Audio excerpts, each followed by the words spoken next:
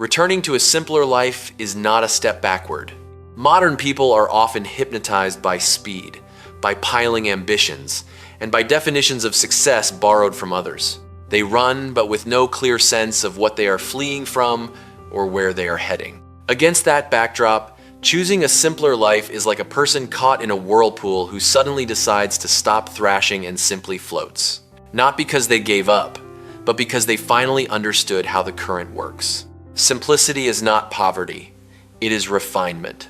It is like pruning away the excess branches so the tree can pour its life force into what truly matters at its core. When we let go of manufactured needs, meaningless comparisons, and the noise cluttering our minds, we begin to hear our own heartbeat more clearly. That is the moment a person is no longer driven by the fear of being left behind, but guided instead by an inner clarity. You no longer strive to prove your worth through external things. You begin to feel your value through simply being present and living fully. This brings a very different kind of freedom, quiet, unassuming, yet steady and profound. The simpler you live, the stronger you become. Because when you are no longer scattered by hundreds of unnecessary things, your energy sharpens into something laser-focused. You think with greater clarity, feel with greater depth, and live with greater authenticity. And in that state, life is no longer a race. It becomes a conscious journey where every step carries meaning and every moment is worth living. Our life is frittered away by detail. Simplify, simplify. Henry David Thoreau.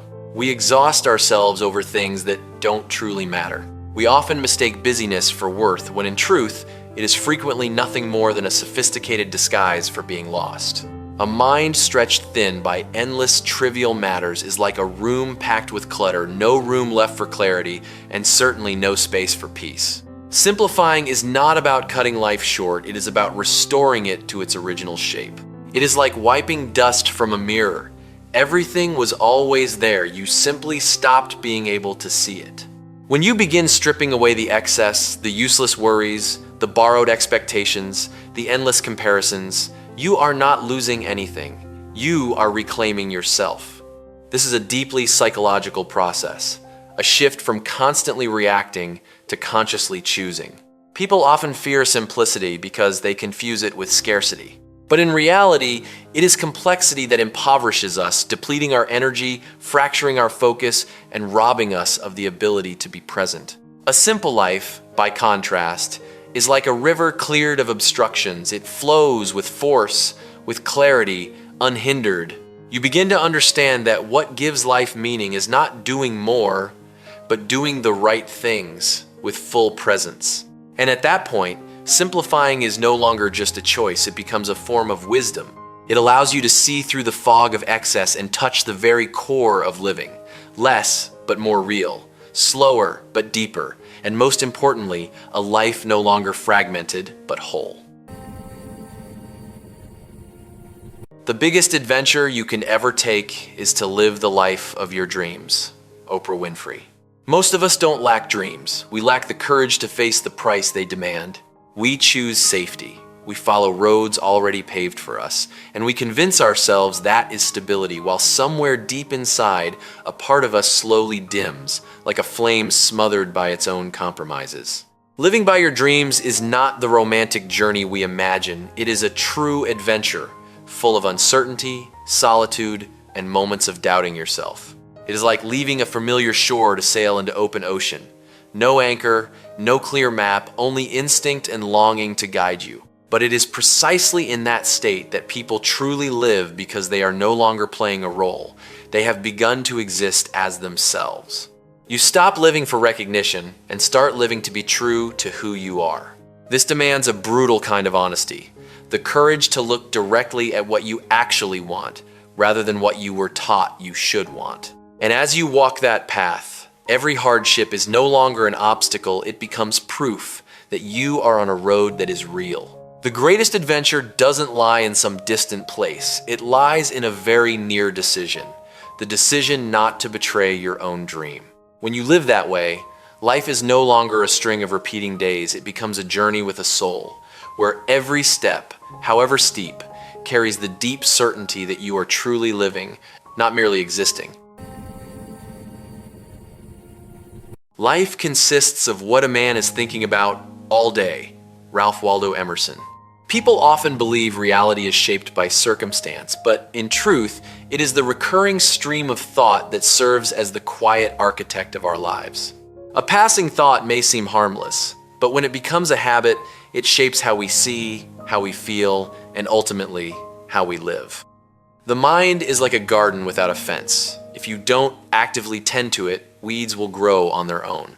Anxieties, comparisons, doubts, they need no invitation, yet they take root with ease. And here is the telling part. Most people don't realize they are thinking. They are simply swept along by the current of their thoughts, like a passenger who has fallen asleep on a train with no known destination. At that point, life is no longer a conscious choice. It becomes the consequence of unconscious psychological patterns. To change your life, you don't have to change your circumstances immediately. You need to begin by observing and redirecting the flow of your thoughts. This demands a particular kind of awareness, discerning which thoughts serve you and which ones are quietly draining your energy. When you learn to choose your thoughts the way you choose your food, you are restructuring the entire experience of your life. The most invisible thing, thought, carries the most visible influence. When you change how you think, the world doesn't necessarily change right away, but how you experience the world will shift first. And that shift, little by little, will lead you to a life no longer governed by old reflexes, but guided by clarity and intention. A life where you don't just live, but understand exactly how you are living. Nothing truly great in life comes with an absolute guarantee of success. People want to achieve great things, yet they demand near absolute certainty before they will even begin.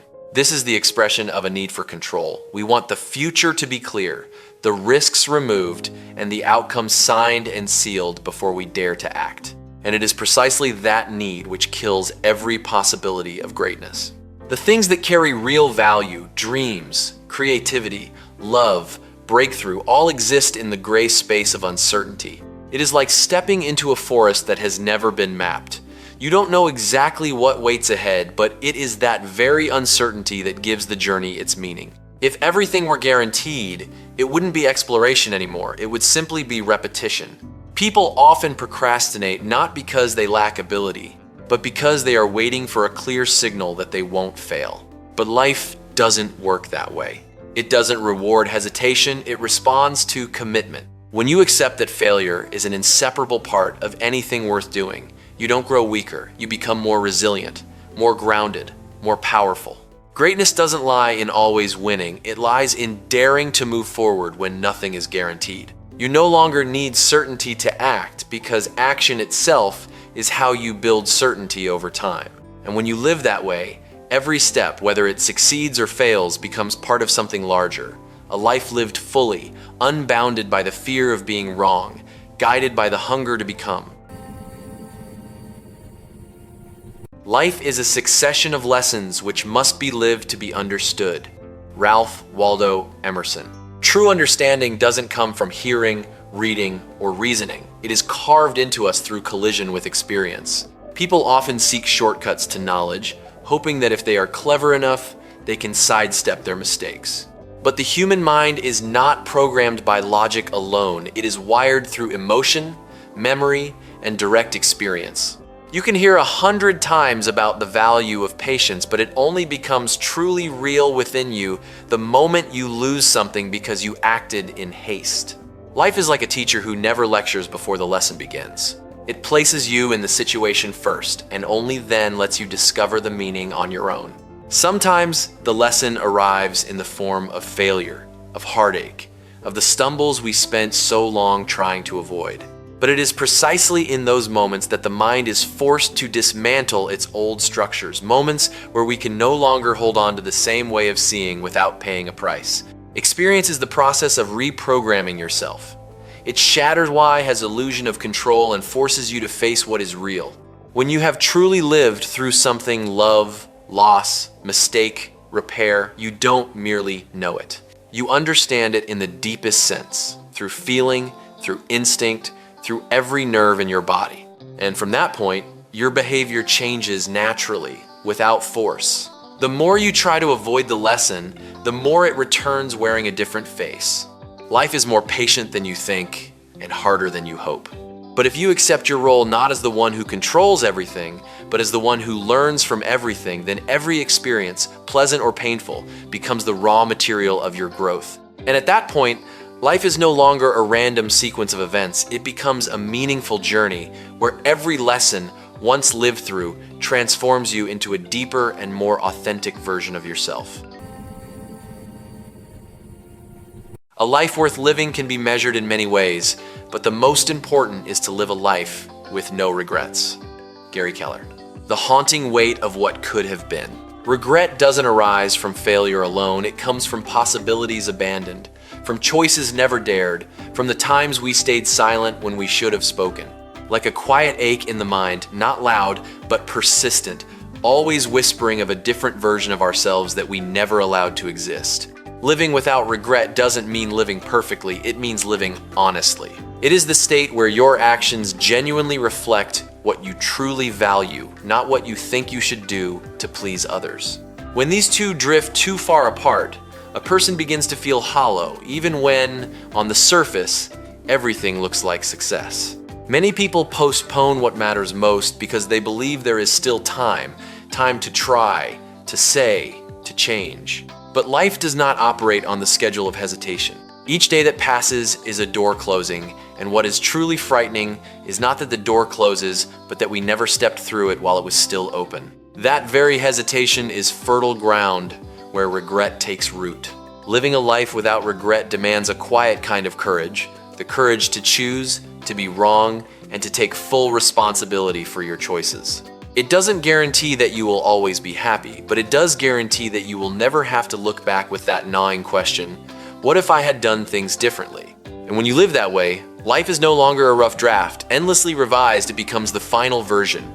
Imperfect, perhaps, but real, complete, and most importantly, entirely your own.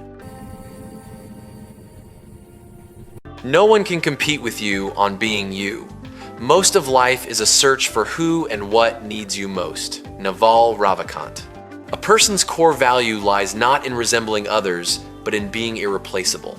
And yet, the paradox is that most of us spend enormous energy grinding ourselves down to fit someone else's mold, comparing, imitating, adjusting, as though our original selves were somehow not enough. We fear being set apart, so we choose to dissolve into the crowd. But dissolve too long, and we lose the very outline of ourselves. And then we drift into a kind of vagueness, living a life that looks right from the outside, but carries inside it a hollow absence of belonging. It is at that point that the search truly begins, not a search for more prestige or achievement, but a search for where our presence actually matters. Life, at its core, is not the question, what do I want? It is, where am I needed? When you find the people who need you, or the work that genuinely calls upon what is uniquely yours, a quiet transformation occurs. You no longer have to strive to prove your worth, because your worth is naturally activated. It is like a key. It doesn't need to be the most beautiful one, only the right one. And when it fits, it opens everything. This demands patience and honesty. You must be brave enough not to become an easier, more palatable copy of yourself, and clear-eyed enough to recognize where the world truly needs the real you. And when those two things align, you being fully yourself and the world genuinely needing that life is no longer a competition, it becomes a profound connection. In that place, you don't need to outdo anyone. You simply need to be yourself, and that, in a way that is quiet yet immensely powerful, is already irreplaceable. Your clarity of mind determines the level of your success in life. Sadhguru. People often blame circumstance, opportunity, or ability, but rarely look directly at the way they think. And yet it is clarity of mind, the ability to see things as they truly are, undistorted by emotion, bias, or fear, that forms the true foundation of every sound decision. The human mind is not always a reliable instrument. It is easily disrupted by internal noise, anxiety about the future, obsession with the past, or the hunger for approval. When clarity is absent, we don't truly see a problem. We only react to a distorted version of it. This is like driving through a fogged windshield. The road isn't more dangerous, but you can no longer see clearly enough to navigate it with precision. Clarity is not something we are born with. It is a state that can be trained. It comes from learning to pause before reacting, from observing your own thoughts rather than automatically believing them, and from distinguishing between what is real and what is merely interpretation. Psychologically, this is the shift from reflex to conscious awareness, from being led to leading yourself. The clearer your mind, the less you need to strain. When you see the problem correctly, you choose the right direction.